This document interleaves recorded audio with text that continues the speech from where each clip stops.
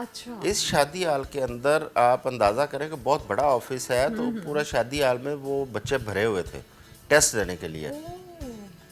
اس وقت بالکل ایک جس طرح آپ کسی کمپٹیشن کے ایگزام میں جاتے ہیں نا، اس طرح کا وہ ہوتا تھا جرنلزم میں آنے کے لیے بھی.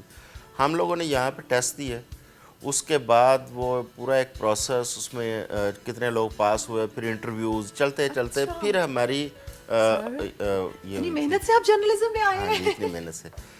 تو یہ آغاز تھا. اچھا تو جب میں پاکستان اخبار میں آ گیا، اس کے بعد جرنلزم کا ایک ایسا چسکا پڑا، تو جاب کرتے ہوئے میں نے ایم اے کمپلیٹ کیا تھا اپنا. اچھا سر، آپ نے کہا کہ آپ کی فیملی پالیٹکس میں تھی، تو آپ پالیٹکس کی طرف کیوں نہیں گئے؟ میں پالیٹکس میں ہی ہوں. نہیں سر، ابھی وہ تو لاہور پریس کلب صحافیوں کی سیاست میں آپ آ گئے، لیکن فیملی کی طرف سے آپ نے ویسے میری فیملی کے بہت سارے لوگ ہیں جو اس وقت پریکٹیکلی پالیٹکس میں ہیں. میرے فادر ان لا، ان کی 2 ماہ پہلے ڈیتھ ہوئی ہے، تو وہ بھی پالیٹکس میں تھے.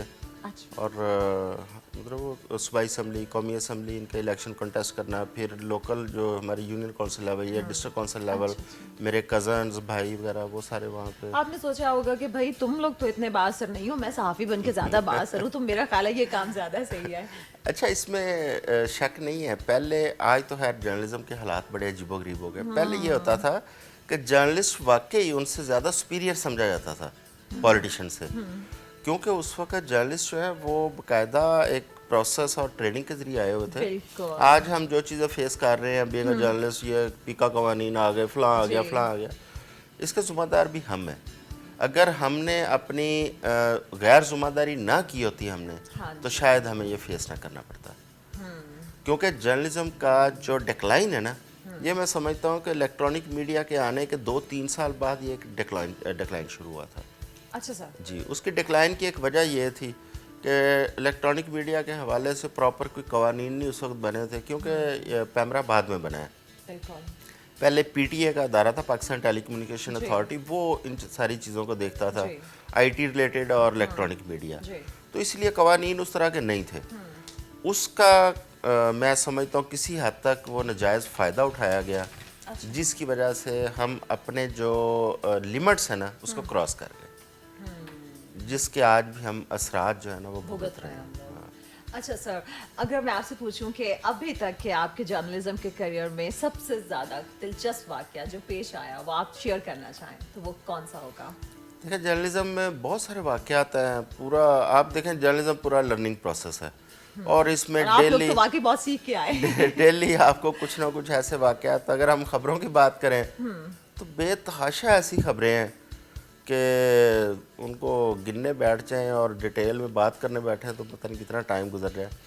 ہاں، کچھ ایسے واقعات چھوٹے چھوٹے میں آپ سے شیئر کرتا ہوں. مثلاً ایک دفعہ ادھر اواری ہوٹل میں ایک روٹری کلب کی میٹنگ تھی. اس میٹنگ کے اندر ایک اینٹی نارکوٹکس فورس، یہ اب اینٹی نارکوٹکس اس وقت ہوتا تھا پاکستان نارکوٹکس کنٹرول بورڈ. اچھا. اس کے ایک ڈائریکٹر تھے لاہور کے، انہوں نے وہاں پہ اسپیچ کی اور انہوں نے کہہ دیا کہ ہائی کورٹ، سپریم کورٹ، یہ تمام جو ہے نا ججز یہ وہ ڈرگ مافیا کے پے رول پر ہیں. جب انہوں نے ایسی بات کی تو ہم 4 جرنلسٹ وہاں پہ ڈیوٹی پر تھے، یہ ارلی 90s کی بات ہے. تو ہم چاروں بڑے پریشان ہو گئے. اس میں میرے فارمر جو پریزیڈنٹ ہیں ہمارے ارشد انصاری وہ بھی تھے، ایک ہمارے کولیگ اسد منیر بھٹی فوت ہو گئے ہیں مساوات سے، وہ بھی تھے، اور ایک اور ہمارے دوست فیصل درانی، وہ اس وقت خبریں میں ہوا کرتے تھے. اب ہم لوگ پریشان تھے کہ ہم کیسے اس خبر کو جو ہے نا وہ اکوموڈیٹ کریں.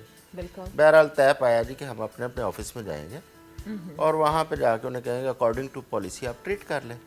ہاں بالکل. رپورٹر کا کام ہے رپورٹ کرنا اور ادارے کا کام ہے پالیسی کے مطابق. وہ جنگ میں اور پاکستان میں خبر چھپ گئی جی، عدلیہ کے حکام ڈرگ مافیا کے پے رول پہ ہیں، director Pakistan narcotics control board اس کی طرف سے. مساوات نے 8 کالم کی لیڈ چھاپ دی کہ ہائی کورٹ سپریم کورٹ کے ججز ڈرگ مافیا کے پے رول پر ہیں. سوری، یہ اتنی خوفناک بات تھی. اس پہ سپریم کورٹ نے سو موٹو لے لیا اور ہم چاروں کو سپریم کورٹ نے بلا لیا وہاں پہ، اور فل بنچ تھا. اس میں آپ نے کبھی اتفاق ہوا، آپ دیکھیں جب فل بنچ سپریم کورٹ کا لگتا ہے نا تو ایک دیوار سے دوسری دیوار تک وہ سینئر ججز کی پوری ایک نا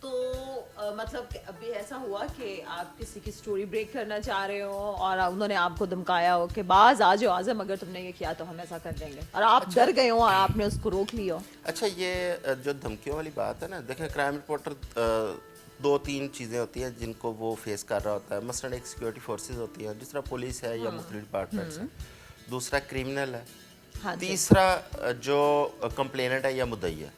ٹھیک ہے. اوبیسلی جو خبر ہے وہ یا ہٹ کرے گی ملزم کو یا ہٹ کرے گی سیکورٹی جو انویسٹیگیٹنگ ایجنسی ہے اس کو, کیونکہ اگر اس کی انویسٹیگیشن ٹھیک نہیں ہوگی اوبیسلی آپ اپنی خبر میں اس کو کرٹیسائز کریں گے. لیکن مجھے لائف میں آج تک نہ کسی کرمنل کی طرف سے تو نہ کسی ادارے کی طرف سے کوئی دھمکی نہیں آئی. ارے واہ, ہاں ماشاء اللہ. ہاں, کچھ ایسے واقعات ضرور ہیں کہ جو اس کو آپ کرمنل نہیں کہہ سکتے لیکن وہ سوشل کرائم کے زمرے میں آتا ہے. مثلا ایک صاحب تھے, ان کے ایک خاتون آئی ہمارے پاس آفس, انہوں نے ریکارڈ دیا خاصا.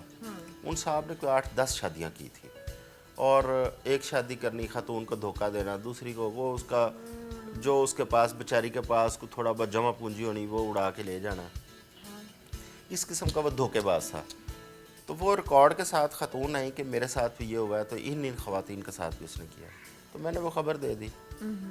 تو ان صاحب نے بجائے اس کے کہ وہ اس پہ ڈیفینسیو ہوتے وہ اوفینسیو ہو گئے. انہوں نے میرے اوپر چڑھائی, جی آپ نے غلط کیا ہے, کیوں خبر دیا ہے, شادی کرنا کون سا جرم ہے, سو اینڈ سو. ہاں شادی کرنا جرم نہیں ہے لیکن 10 وہ کورٹ میں چلے گئے میرے خلاف. جب وہ کورٹ میں چلے گئے تو اس کے بعد پھر ظاہر ہے میرے لیے ایک مجبوری بنی, اور اس میں ہم کرائم رپورٹر سارے جو ہے نا وہ ایک دوسرے کی بڑی ہیلپ آؤٹ کرتے تھے. جب انہوں نے زیادہ تنگ کرنا شروع کیا تو مجھے میرے ایک کولیگ نے بتایا کہ یہ صاحب ماضی میں کسی قتل کے مقدمے میں ملوث رہے ہیں. میں نے کہا اچھا, میں تو سمجھ رہا تھا کہ صرف شادیاں کرنے کا حد تک مجرم ہے. تو وہ صاحب کی شاید کم بختی آئی تھی, ہم نے وہ کیس کھلوا دیا ان کا. وہ قتل والا جو فائل بند ہو چکی تھی, وہ شادیاں تو بھول گئے, بعد میں قتل کا کیس بھگتتے رہے.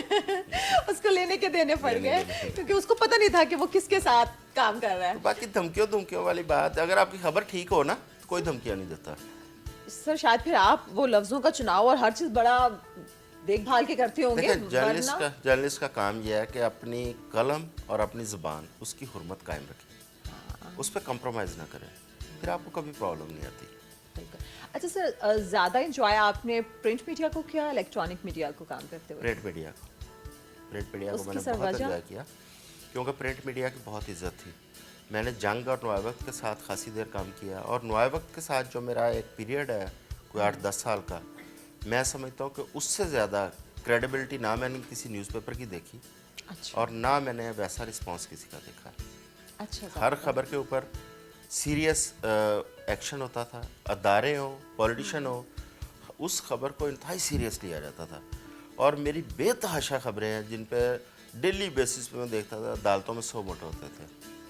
ارے ویسے پھر آپ تو بڑے پاپولر صحافی ہیں نا. اس لیے پرنٹ میڈیا کا جو ایک تھا, اب الیکٹرانک میڈیا کا وہ رسپانس نہیں ہے. ہمارے پاس الیکٹرانک میڈیا میں نا اتنا ٹائم نہیں ہے, آپ کے پاس اتنا مارجن نہیں ہے, آپ خبر چلا رہے تھے, چند ٹکر چلائے, چند سیکنڈ کا آپ نے ایک پیکج دے دیا, یا کوئی بہت بڑی سٹوری آ گئی تو آپ نے پروگرام کر لیا 1 گھنٹے کا. پرنٹ میڈیا اگر ایک خبر چھپی ہے تو وہ فار ایور ریکارڈ کا حصہ ہے. ابھی تک مس کرتے ہیں اس ٹائم پیریڈ کو؟ نہیں, میں ابھی بھی لکھتا ہوں, ابھی بھی جب میرا دل چاہتا ہے. اور مہربانی ہے اخبارات کی کہ میں اگر اخبار میں نہیں بھی ہوں نا تو میں اگر ریکویسٹ کرتا ہوں تو میری خبر چھاپ دیتے ہیں, میرا کالم چھاپ دیتے ہیں, ان کی مہربانی ہے. ارے واہ, کیونکہ آپ ان کے ساتھ اتنے اچھے رہے تو وہ بھی اتنے مہربان ہیں. ویورز, محمد اعظم چودھری صاحب سے گفتگو کا سلسلہ جاری ہے, لیکن یہاں پہ وقت ہوا ایک بریک کا.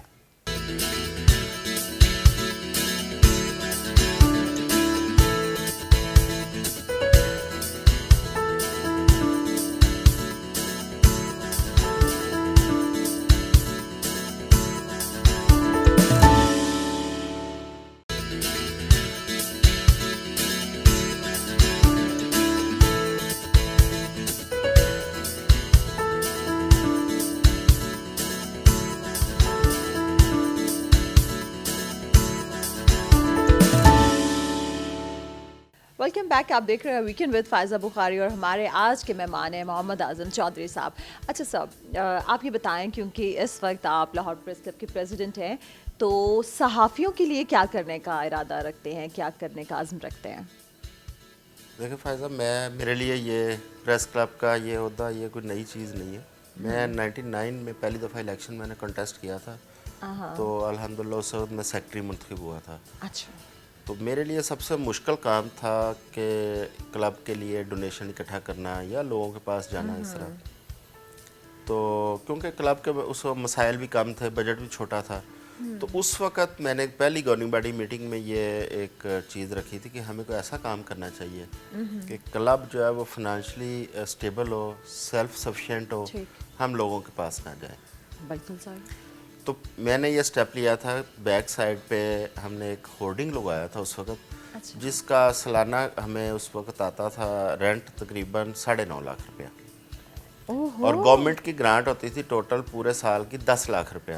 تو اس کے برابر ہم نے کلب کے اندر ایک ریونیو جنریشن کا ایک سلسلہ شروع کیا. اچھا. اور الحمدللہ وہ پھر بڑھتے بڑھتے آج کلب کے اندر 4-5 بورڈ لگے ہیں، کوئی 2-2.5 کروڑ روپے کا ریونیو جنریٹ ہوتا ہے آج کلب کے لیے.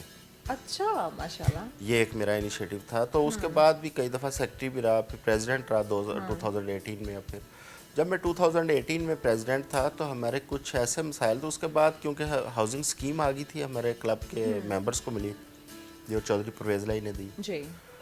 اس ہاؤسنگ اسکیم کے بہت سارے ایسے مسائل تھے جو بہت سالوں سے وہ پینڈنگ پڑے تھے. مثلاً ہمارا ایک بی بلاک ہے، اس کے اندر جب ہمیں کلونی ملی تو کچھ انلیگل آکوپینٹس آلریڈی وہاں پہ موجود تھے، جن کے گھروں کا سٹرکچر بنے تھے یا حویلیاں بنی تھی، تو وہ لوگ چھوڑ نہیں رہے تھے. تو میں نے 2018 میں آپریشن کروا کے تقریباً 100 سے زائد پلاٹ ہمارے 10 مرلے وہ ویکیٹ کروائے تھے. اچھا. جو اکراس ہی بورڈ تھے. کیونکہ میرا ایک ماننا ہے یا میری ایک اپنی ایک سوچ ہے کہ جب آپ الیکشن جیت جاتے ہیں، اللہ تعالیٰ آپ کو فتح دیتا ہے، اس کے بعد آپ چند لوگوں کی یا کسی گروپ کی نمائندگی نہیں کرتے. بالکل. آپ اس ادارے کی اور اپنی کمیونٹی کا نمائندہ ہوتے ہیں، لہٰذا آپ نے جو بھی کرنا ہے اکراس ہی بورڈ کرنا ہے. تو میں نے اسی طرح اکراس ہی بورڈ اپنے وہ پلاٹ وہاں سے وہ ریٹریو کروائے. اس کے علاوہ ہمارا ایک ایف بلاک ہے، وہ بھی بہت سالوں سے پھنسا ہوا تھا، اس کی میں نے بیلٹنگ کروائی. بیلٹنگ کروا کے اپنے لوگوں کو الاٹمنٹ لیٹر دیے. سر یہ میں نے سوال لکھا بھی ہوا تھا کہ ایف بلاک اور بی بلاک کو آپ نے کہا تھا کلیئر کروائیں گے سب کچھ. آج میں آپ کو بتاتا ہوں آج کی ڈیولپمنٹ. آپ اگر ہمارے کلب کے جو ڈیلی ایکٹیویٹیز اور اس کے گروپس ہیں ان سے اگر آگاہ، جب ہم لوگ کیونکہ 9 جنوری کو ہمارا الیکشن ہوا، جی 12 جنوری سے میں نے ایف بلاک میں کام شروع کروا دیا تھا. اچھا. گورنمنٹ کے پاس ایل ڈی کے پاس مشینری کم تھی، ان کے پاس مشینیں نہیں تھیں، تو انہوں نے کہا جی کہ ہم مڈ فیبرری میں جا کے کام شروع کروائیں گے. اچھا. لیکن میں نے اپنے ذاتی جو تعلقات ہیں ان کو استعمال کیا، جو پرائیویٹ ڈیولپرز ہیں ان سے ریکویسٹ کی، ان سے ہم نے مشینری لی، جس کا کہ پیٹرول اور اس کے ڈرائیور کے خرچے اور وہ سارے، وہ بھی ان کی مہربانی کہ وہ بھی بیئر کر رہے ہیں، ہم بھی کچھ ساتھ شیئر کرتے ہیں. پرائیویٹ مشینری کی مدد سے، ساتھ ایل ڈی اے کے جو 1-2 ان کے پاس تھیں یا ان کا جو عملہ تھا، اس کی مدد سے میں نے ایف بلاک میں ڈیولپمنٹ کا آغاز کروا دیا. اور اس وقت وہاں پہ ڈیولپمنٹ چل رہی ہے. تو سر اس کی بیلٹنگ ہو گئی ہے کیا؟ بیلٹنگ میں نے 2018 میں کر دی تھی. اوکے. اور انشاءاللہ تعالیٰ چند ماہ کے اندر ہم ان پلاٹوں کے پوزیشن دے دیں گے اپنے لوگوں کو، ممبرس کو. اچھا سر، ایک مطلب میرے مائنڈ میں یہ سوال ہے، کیونکہ میں پریس کلب کی ممبر بھی ہوں، تو سر بہت سارے ایسے لوگ جن کو کئی برس ہو چکے ہیں، ان کی ممبرشپ ہے پریس کلب کی، لیکن ان کو پلاٹس نہیں دیے جاتے. بہت سارے صحافی یہ بھی گلا کرتے ہیں کہ وہ جو اپنے خاص لوگ ہوتے ہیں ان کو تقسیم کر دیے جاتے ہیں. اب کیونکہ اب آپ پریزیڈنٹ ہیں تو آپ اس کا جواب دیں. اچھا، میں ایک چیز آپ کو کلیئر کروں کہ ماضی میں یہ ہوتا تھا کہ حکومتیں پلاٹ دیتی تھیں پک اینڈ چوز سے. اچھا. 2007 میں جو ہمیں پلاٹ ملے جب کالونی بنی ہے، جی، وہ اکراس ہی بورڈ تھی. لاہور پریس کلب کے جتنے بھی ممبر تھے ان سب کو پلاٹ ملے تھے. ٹھیک. 923 ممبر تھے اس وقت، 923 پلاٹس ملے تھے. اس کے بعد یہ 2003 کی بات ہے. 2007 کے اندر جو 300 نئے ممبر بنے ان کے لیے ایف بلاک بن گیا، ان کو بھی تمام لوگوں کو پلاٹ ملے. اب آپ نے جو بات کی ہے، آپ نے جو بات کی ہے، یہ 17 سے 1800 لوگ ہیں. اچھا. اس وقت جو آگے جو ظاہر توقع ہے، وہ امید لگا کے بیٹھے ہیں کہ ہم ممبر ہیں پریس کلب کے، ہمیں بھی چھت ملنی چاہیے. ان کے لیے بڑی دیر سے ہم گورنمنٹ کے ساتھ اس پہ بات چیت کر رہے ہیں. اب گورنمنٹ کے پاس اتنی جگہ نہیں ہے کہ ہمیں 1800 یا 2000 پلاٹس کا ایک بلاک بنا کے دیں. چلے سر وہ بڑے بڑے ایک کنال کے 2 کنال کے پلاٹس نہ ہو نا, چھوٹے چھوٹے.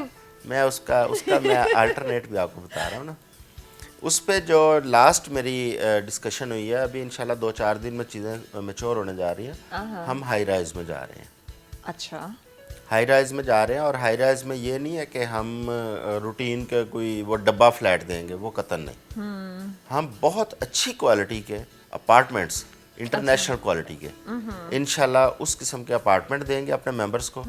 اور 2022 میں آپ دیکھیے گا کہ یہ تمام لوگ انشاءاللہ اکوموڈیٹ ہوں گے. سر 2022 تو چل رہا ہے, آپ دیکھ لیں, آپ نے اتنی بڑی بات میں یہ کہہ رہا ہوں کہ 2022 میں اکوموڈیٹ ہو جائیں گے. دیکھیں اکوموڈیٹ سے مراد یہ ہوتی ہے کہ آپ لوگوں کو یہ پتہ چل جائے گا کہ ہمیں یہ مل رہے ہیں, آپ کو فارم مل جائیں گے, آپ لوگ اپنے فارم جمع کروا دیں گے, ڈاؤن پیمنٹ جمع کروا دیں گے, وہاں پہ کنسٹرکشن شروع ہو جائے گی. اب کنسٹرکشن کے اوپر سال لگتا ہے, 2 سال لگتا ہے, 3, وہ ایک نیچرل ٹائم ہے, وہ لگنا ہے. 2022 میں انشاءاللہ آپ کو یہ دیں گے. اچھا, لیکن سر کیا اس سے پہلے کوئی خاص کرائٹیریا تھا کہ خاص لوگوں کو ملتے تھے؟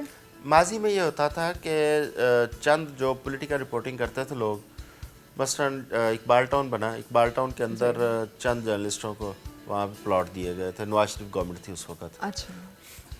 اس کے بعد چائنا اسکیم بنی, وہاں پہ مخصوص جرنلسٹوں کو پلاٹ دیے گئے. پھر سبزہ زار میں دیے گئے. اس طرح مختلف جو ایل ڈی اے کی کالونیز تھی نا, ان میں زیادہ یہ میاں نواز شریف نے دیے ہیں, being a chief minister, being a prime minister.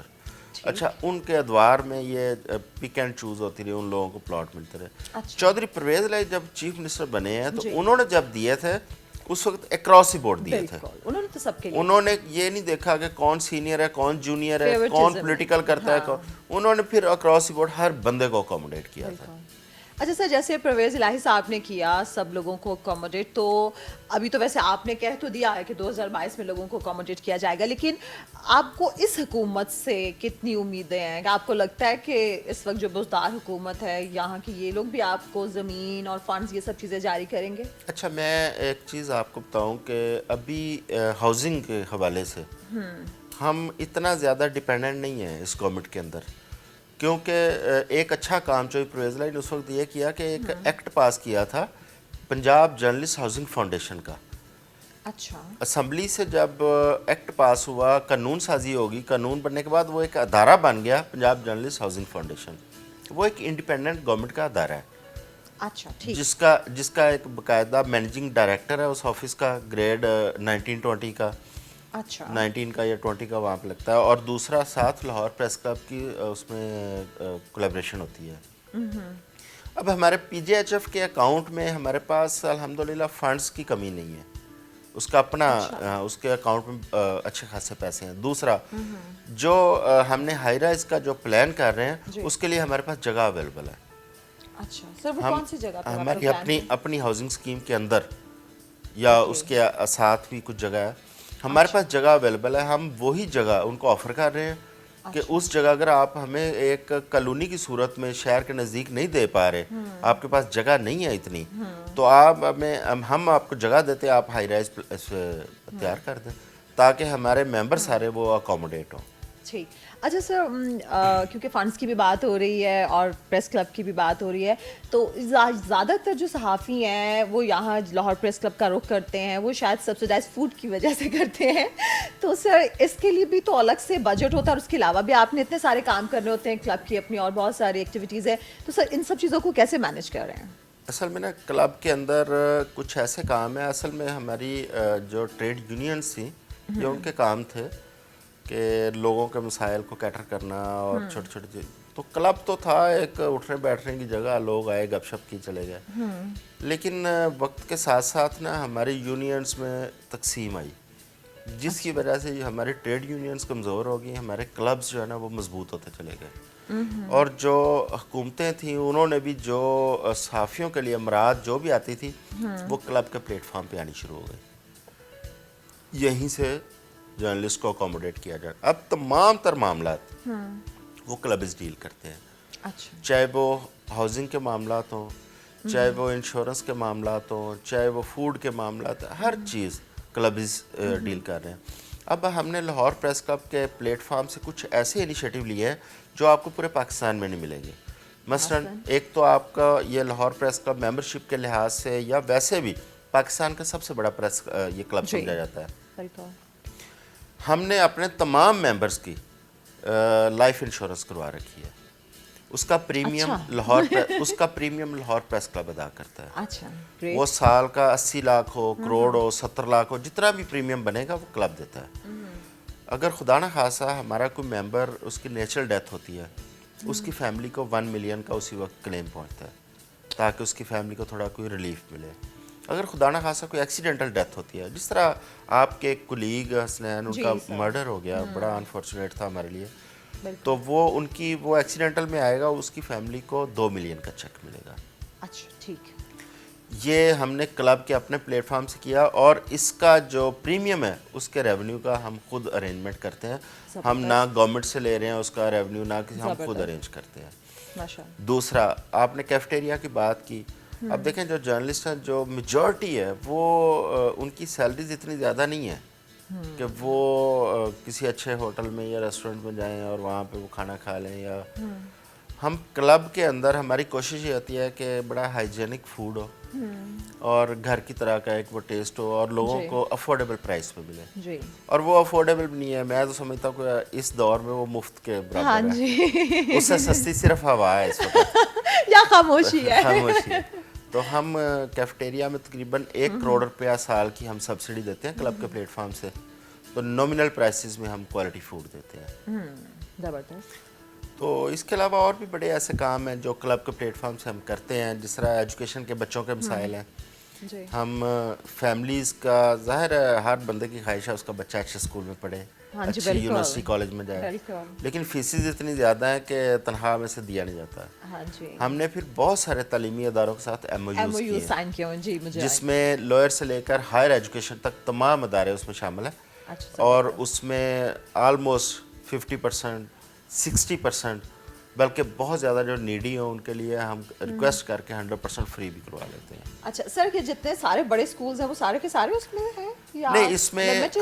اس میں جو اس وقت زیادہ پرومیننٹ جو ادارے ہیں، اب نام کمرشل ہیں وہ سارے، تو جو اچھے اور پرومیننٹ ادارے ہیں وہ آلموسٹ سارے ہمارے اس پہ پینل پہ ہیں.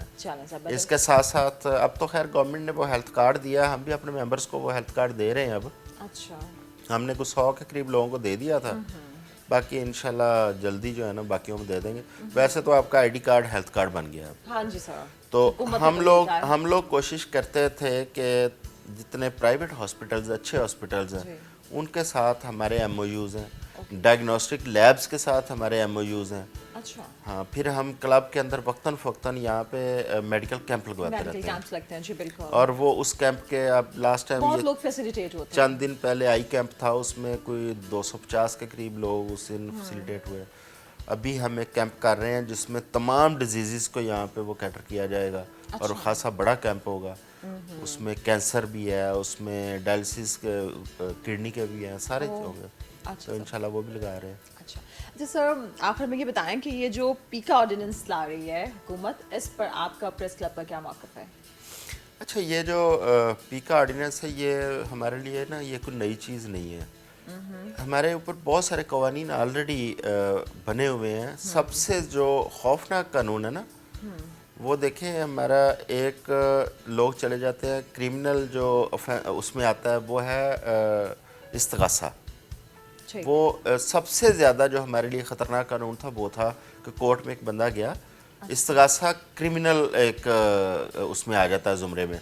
اس نے جا کے وہاں پہ ایک درخواست دی، اس نے کہا جی کہ میرے خلاف یہ غلط خبر چھاپی ہے. کورٹ نے اس اپلیکیشن کے اوپر سیدھا ہی اس نے پرچے کے آرڈر کرنے ہوتے تھے، مقدمہ درج ہوتا ہے جرنلسٹ کے خلاف. اچھا، یہ شروع سے ہے. اور اس کے علاوہ ڈیفیمیشن کا کیس ہے. ٹھیک ہے، وہ ہر بندے کا حق ہے، جو بھی چلا جائے کورٹ میں وہ کہتا ہے جی میری یہاں پہ عزت اچھالی گئی ہے. تو اچھا، اصل چیز تھی ان کے اوپر عمل درآمد سب سے بڑھ کے. اچھا، ماضی میں تھا عمل درآمد، ہم لوگ بڑا اس کو دیکھتے رہے ہیں. میں اس کی ایک مثال دیتا ہوں. ہمارے کولیگ تھے سعید بخاری، انتہائی شریف آدمی اور انتہائی لائق آدمی. ایک ریلیجیس پیج انہوں نے بنایا, ڈیزائن کیا, اس کے اندر ان سے غلطی سے کوئی ایک آدھ لفظ جو ہے نا وہ غلط ہو گیا تھا, ان کے خلاف مقدمہ درج ہو گیا, اسٹیٹ مدعی تھی اس میں, اور وہ فوت ہو گئے تھے, وہ جیل میں رہے بڑی دیر, وہ فوت ہو گئے تھے. مطلب قوانین بہت سخت تھے, اگر ان پہ عمل درآمد کیا جائے تو وہ بہت سخت ہے. اس کے بعد جب یہ الیکٹرانک میڈیا آتا ہے, اس کے بعد الیکٹرانک میڈیا کے آنے سے پہلے 1996 میں, اس وقت جب انٹرنیٹ یہاں پہ متعارف کرایا جاتا ہے, تو اس وقت پی ٹی اے کے تحت, پاکستان ٹیلی کمیونیکیشن اتھارٹی کے تحت اس وقت ایک قانون متعارف کرایا گیا تھا. اچھا. اسی قانون کو ریفائن کر کے 2016 میں مسلم لیگ نون کی گورنمنٹ تھی, پیکا کے نام سے اس وقت متعارف کرایا گیا یہی قانون. اچھا. یہ 2016 کا قانون ہے. اوکے. اور اس کے اندر صرف معمولی رد و بدل کی گئی ہے اب. اس وقت 3 سال اس کی سزا تھی. اچھا. اور بیلیبل آفینس تھا. اب 5 سال سزا ہے, نان بیلیبل آفینس ہے. صرف اتنا فرق پڑا ہے. اصل ایشو یہ ہے کہ جب یہ پولیٹیکل پارٹیاں اپوزیشن میں ہوتی ہیں, ان کی پریورٹیز ڈیفرنٹ ہوتی ہیں. جب یہ حکومت میں آتی ہیں, ان کی پریورٹیز چینج ہو جاتی ہیں. یہی پی ٹی آئی کی گورنمنٹ جب اپوزیشن میں تھی, اس وقت یہ تنقید بہت اچھی لگتی تھی ان کو. اب یہ کیونکہ گورنمنٹ میں ہے, اس وقت تنقید نہیں اچھی لگ رہی. بالکل اسی طرح 2016 والی جو گورنمنٹ تھی, جب وہ اپوزیشن میں تھے اس وقت وہ بھی تنقید بہت اچھی ان کو لگتی تھی. جب حکومت میں آئے تو انہوں نے آگے پیکا بنا دیا. اس پیکا قوانین کو میں نے اس کو تھوڑا سا پڑھا ہے, غور کیا اس پہ. اس میں ایک دو چیزیں ہیں جن کو ڈیفائن کرنے کی ضرورت ہے. ان کو اگر ان کی تشریح صحیح معنوں میں کر دی جائے تو میں نہیں سمجھتا کہ اس میں کوئی ایسی چیز ہے کہ جس سے ایک جرنلسٹ ہے اس کو کوئی پرابلم ہو. کیونکہ جو بھی پروفیشنل جرنلسٹ ہے کبھی بھی نہیں چاہے گا کہ وہ جھوٹی خبر دے, کبھی بھی وہ بلو دی بیلٹ نہیں جائے گا. کیونکہ ہمیں سب سے پہلے ایک چیز کی ڈیفائن کرنے کی ضرورت ہے کہ جھوٹی خبر کیا ہے. مثلا میں ایک تجزیہ دیتا ہوں کہ جی 2022 میں یہ یہاں پہ وہ عدم اعتماد آئے گی تو یہ گورنمنٹ ختم ہونے کا ایک خدشہ ہے یا ختم ہو جائے گی, تو اس قسم کا تجزیہ دیتا ہوں. فرض کریں وہ پورا نہیں ہوتا تو کیا وہ خبر جھوٹی ہوگی؟ وہ خبر نہیں ہے, وہ تجزیہ ہے. ہاں, اگر میں ایک خبر دیتا ہوں جی فلاں منسٹر جو ہے اس نے اتنے کروڑ کی کرپشن کی ہے, یا اس کے ناجائز کو تعلقات ہیں, میرے پاس ثبوت نہیں ہے, اور وہ غلط ثابت ہوتی ہے, وہ جھوٹی خبر ہے. یہ تجزیہ, اس کو ڈیفائن کرنے کی ضرورت ہے. پہلے تو یہ ڈیفائن کریں اس قانون میں یہ جو چیزیں ہیں. کیا پرنٹ میڈیا تو خیر ہے ہی نہیں اس میں, الیکٹرانک میڈیا کا کوئی اس میں عمل دخل آتا ہے یا نہیں آتا؟ اصل یہ ہے سوشل میڈیا کے لیے. کیونکہ آپ دیکھیں ٹویٹر, فیس بک یا یوٹیوب کے اوپر جس کا جو دل چاہتا ہے وہ بولتا ہے, اور اس کی پکڑ نہیں ہے. بیسیکلی یہ قانون اس لیے بنا ہے. اچھا سر, کیونکہ اب وقت کم ہے اور باتیں جو ہیں وہ تو چلتی رہیں گی, لیکن سر آخر میں ہمارا ایک سیگمنٹ ہوتا ہے, میں آپ کے سامنے 5 نام لوں گی, آپ نے ان کی ایک خوبی اور ایک خامی بتانی ہے. تو پہلا نام ہے جی چودھری سرور صاحب. چودھری سرور بڑے سیزنڈ پولیٹیشین ہیں, تو لیکن ان کی ایک جو خوبی کہہ لیں یا خامی کہہ لیں, خوبی تو ان کی یہ ہے کہ بڑے سیزنڈ ہیں, بڑے ان کا سیاست کے اندر تمام پارٹیوں کے ساتھ بڑا ایک قریبی وہ ہے. لیکن خامی والی آپ نے بات بڑی یہ تو بتانی پڑے گی, اب آپ سوچیں کوئی ایک. چوہدری صاحب کی خامی یہی ہے کہ زیادہ جو گھروں کا مہمان ہوتا ہے نا وہ بھوکا رہ جاتا ہے. تو چوہدری صاحب پہ شاید ان کی اپنی پارٹی بھی اعتماد نہیں کر رہی اس طرح. چودھری صاحب اگر آپ سنیں تو دیکھیں, یہ مشورہ آپ کے لیے. اچھا سر, اگلا نام ہے شہباز شریف صاحب. شہباز شریف بہت اچھے ایڈمنسٹریٹر, لیکن میں سمجھتا ہوں کہ پولیٹیشین اچھے نہیں ہیں.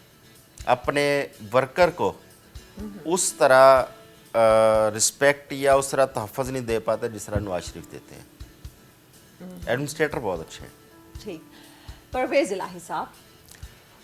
پرویز الہی ایک بڑے سیزنڈ پولیٹیشین, اور ان کے دور کے اندر بڑے تاریخ ساز یہاں پہ کام ہوئے ہیں, اور ہماری کمیونٹی کے تو وہ محسن ہیں.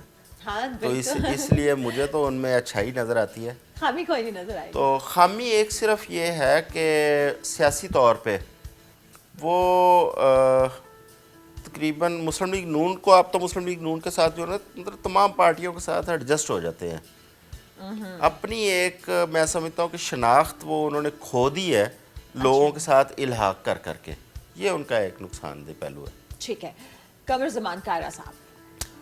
قمر زمان کائرہ وہ تو میں صافی دوست آدمی ہیں ہمارے, تو ویسے بھی وہ بڑے اچھے دوست ہیں. پیپلز پارٹی بڑی نظریاتی ایک جماعت ہے اس کے, لیکن ان کی سب سے بڑی خامی یہ ہے جی کہ وہ تنظیمی سربراہ ہونے کے باوجود پنجاب کے اندر اپنی پارٹی کے لیے کچھ نہیں کر پائے, اس کو ریوائیو نہیں کر پائے. آخر میں نام ہے اعظم چودھری صاحب کا. آپ نے اپنی ایک خوبی بتانی اور اپنی ایک خامی بتانی ہے. میں تو خامیوں کا مجموعہ ہوں. اب ایک خوبی بھی بتائیں اور پھر ایک خامی بتائیں. میری خوبی اور خامیاں تو میرے ووٹر اور میرے سپورٹر, میری کمیونٹی کے لوگ زیادہ کو خود بھی تو پتا ہوتا ہے نا, آئیڈیا ہوتا ہے. میری سب سے بڑی خامی تو یہ ہے کہ میں سست آدمی ہوں. اچھا. ہاں, تو وہ خوبی سستی سے مراد یہ ہے کہ میری چیزیں جو ہے نا, جو پریورٹیز ہوتی ہیں ان کو تو میں کرتا ہوں, لیکن عام روٹین میں تھوڑا سا نا سیل ہوں, آرام پسند ہوں. ٹھیک ہے چلیں سر, یہ تو کوئی ایسی بات نہیں تو ہے, کرنے والے کام تو کر لیتے ہیں نا. خوبی یہ ہے جی کہ الحمدللہ جو ٹاسک لے کے چلتا ہوں اس کو پھر اینڈ تک لے کے جاتا ہوں, اور اس میں اللہ تعالیٰ میری مدد کرتا ہے. ماشاءاللہ, یہ بہت بڑی خوبی ہے سر. بہت شکریہ.